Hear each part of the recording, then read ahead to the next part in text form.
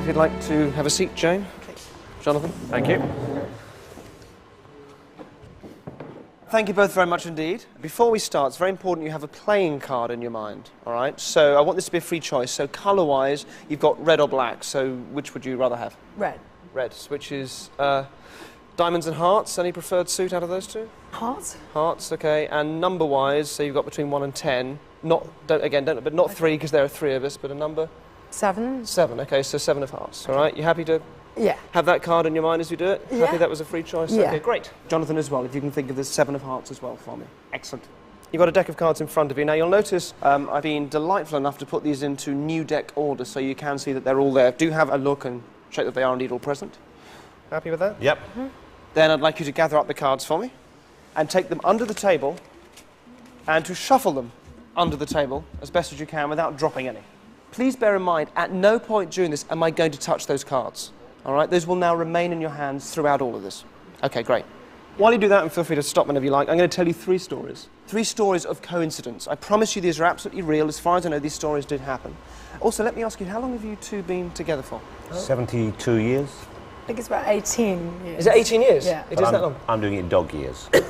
The reason why I ask is that these stories also tie in with the idea of relationships and what goes on between people. All right?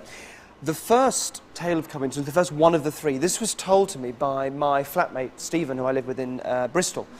And he'd been going out with a girl called Marie, and they were sitting on this park bench at a place called Brandon Hill in Bristol, looking up at a very starry sky.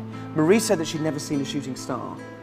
So Stephen's like, well, we should wish for one, and they do. They're mucking around, but they wish for it out loud. And no sooner were those words out their mouth than a big shooting star shot across the sky. And, you know, they're dumbfounded. You know, Stephen comes back and tells me this story, and he's almost in tears. And you think on the one hand, oh, that's amazing, and you love it, but on the you're sort of also thinking in the back of your mind, well, yes, but aren't there shooting stars every 10 minutes, and you don't normally notice them? But you kind of don't want to say, well, it's just a coincidence, because it's coincidences like that that can absolutely make people fall in love that you could base a 10-year relationship on. I don't think for them it was. I think maybe he went down on her that night, but I don't think they ever saw each other again. But it's a lovely story. You've got the cards under the table. I'd like you to please reach in and pull out a card, turn it around, and put it back in so it goes in the wrong way. Does that make sense? Uh-huh. Yeah. So all the others are face up and one's going back in face down. Does that make sense? Have you done that? Yeah. Great, and then give them another little mix for me. The second story of coincidence, this is more amazing. It's absolutely true. Again, this was a guy who worked for a car repair service that we can't name, who was out in the middle of the night, and this is in the middle of nowhere, all right, fixes the car that he has to deal with, and is then walking back to his van. The car is now driven off, and he walks past a phone box, and the phone starts ringing in the box. So he's in the middle of nowhere, he goes in and answers it and picks it up, and it's his wife. And she's saying, oh, can you remember to pick up some bread and some milk on the way home? And he says, well, yeah, okay, but how did you know to ring this number? And she says, no, I just rang your new mobile number. And he's like, no, you just rung a phone box in the middle of nowhere. And she said, no, I called. And she gets this bit of paper. And she realises she hasn't called his mobile number. What she's done, weirdly, she's got his payroll number written down, and she's called that number instead of his mobile number. And his payroll number just happened to be the number of a phone box, which also happened to be the same phone box he happened to be walking past at that time. It's amazing. And it really is difficult to dismiss that just as a coincidence, because it's easier somehow to believe, emotionally certainly, that people in some sort of relationship, when they're in love or together, maybe some communication goes on between them which the rest of us don't get in on somehow. All right. So you've got the cards under the table. You've got one card around the wrong way. Yep, one card around the wrong way. Please do give them another little mix so you know they're all shuffled. The third tale of coincidence, I'm not going to tell you, but I'm hoping that you'll be telling everybody this story tomorrow. The card that you've both been thinking of, it was the 7 of hearts. The 7 of hearts, is that right? 7 of hearts it was, yeah. We'll just bring the cards out from underneath, put them face up on the table. And if you just face up, that's right. I don't want to touch them, just spread them out. You should each have a card face down. Just give them a good spread. Do you want to just find that card? Oh, there it is. Yep. And if you just want to move that forward and move that forward for me. Oh, that's mine. Excellent. You want to turn that one over, Jane? Sure. Wow. Oh my God. Big moment. Come on. No. Through love, you and me. No. That's extraordinary. Thank you very much. Thank you. you. A pleasure. Wow, fantastic. I'm so startled. I could not begin to imagine, and I can only assume that Derren has some sort of Because special normally the powers. card is forced on you in some way. When people, Yeah. they hold out the cards. I don't know how they do even that, but you know they force it on you in some way. The fact that the deck of cards never left my hands. Never under left the table, then under her hands. I don't know how he did it.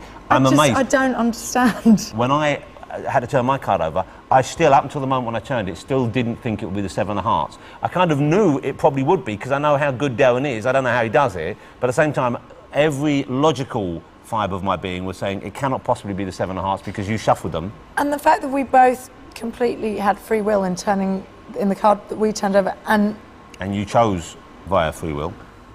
Probably a microchip in it. Yes, that's how he does it. It's covered in honey.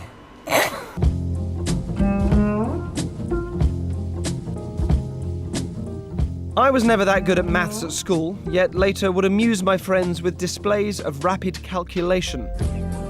I asked Joe Wiley, one of the most famous voices in British radio, to join me at the Ironmongers Hall in the City of London. So many performers do talk about, if not being bullied as kids, but certainly not maybe having a difficult time at school. Was that appropriate for you at all? Or? No, not really. No? Always popular? No, not particularly, no. But I wasn't bullied. I was just fairly quiet. Okay, That's all. Right. In my primary school that I went to, which was quite a weird old place, there was quite a nasty guy called Gary. I can't really say his full... Well, it was Gary Payne, actually. Yeah, good. P-A-Y-N-E. I'll get him for you later. Yeah, if you would. And what he used to do repeatedly was to tip up, you know, if I had a bag, he'd tip the stuff on the floor, I'd throw my books on the floor, whatever, and then give me a good kicking. And what I learnt to do, in order to sort of distract myself from the sort of pain that was going on, as it were, you know, being kicked and so on, was to count, you know, the things that had fallen out of my bag, or if like a book had fallen open, to try and memorise the words or count the letters in the words on the page, or once like a box of pencil sharpenings had sort of fallen out, and I'd sort of count them and add them all up, and this was my way of sort of distracting myself from what's going on.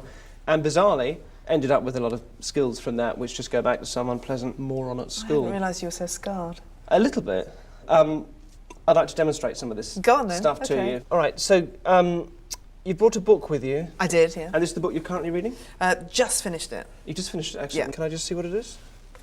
Zoe Helen, Notes on a Scandal. Notes on a Scandal, all right. Yeah. For the record, you haven't been showing me that book. No. I haven't had a chance to look through it. No. And I'm going to ask you in a moment to open it up to a page and show me a page. And again, I haven't told you, I'll just open it up to this page. It's a completely free choice. Absolutely. Okay. So just hold it up like that. Just turn it around and show me. Okay.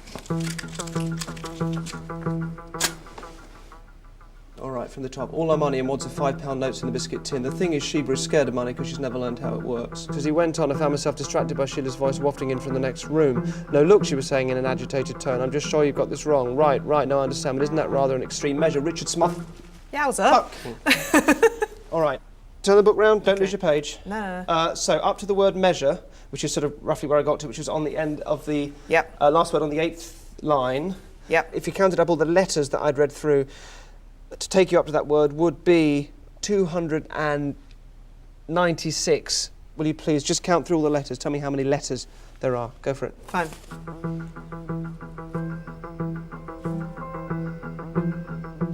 There's a pencil if you want to.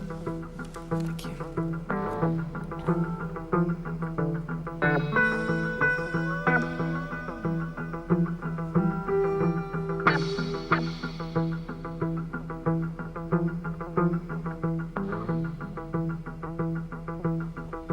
I think you might be right. You've done it. How many is it? I have. You've done it. 296. 296? Yeah. That's definitely right, 296. Thank you. Let's try one more thing. If you pop the book down, if you don't mind, and the pad and everything on the floor for a second. I'm going to give you a tray. There's a couple of cloths which I'll give you in a minute. If you could take that for me. Yep. And I'll ask you to stand up as well. Okay. All right. I'm going to turn around the other way, but there's a bowl on the table with a couple of hundred buttons in it. Yeah. While my back's turned, this is what I want you to do. I want you to take a whole load of buttons, a few handfuls of buttons, put them on the tray. Make sure it's a very large number of buttons, and then I'm going to give you a cloth just to cover them up with. But if you do that now, I will face this way so I can't see.